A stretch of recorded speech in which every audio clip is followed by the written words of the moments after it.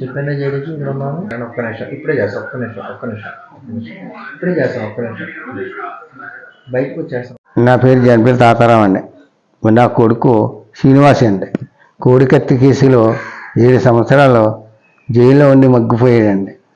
మనం ప్రజానాయకుల వల్ల వాళ్ళ అమ్మ వాళ్ళ అన్నయ్య నిరాదీక్ష చేయటం వల్ల ఈవేళ సల్మి గారు పుణ్యం అంటూ మా కూడా ఉంటూ తీసుకెళ్ళి ఇవాళ బెయిల్ ఇప్పించినందుకు మా కుటుంబం అందరం సంతోషిస్తున్నామండి.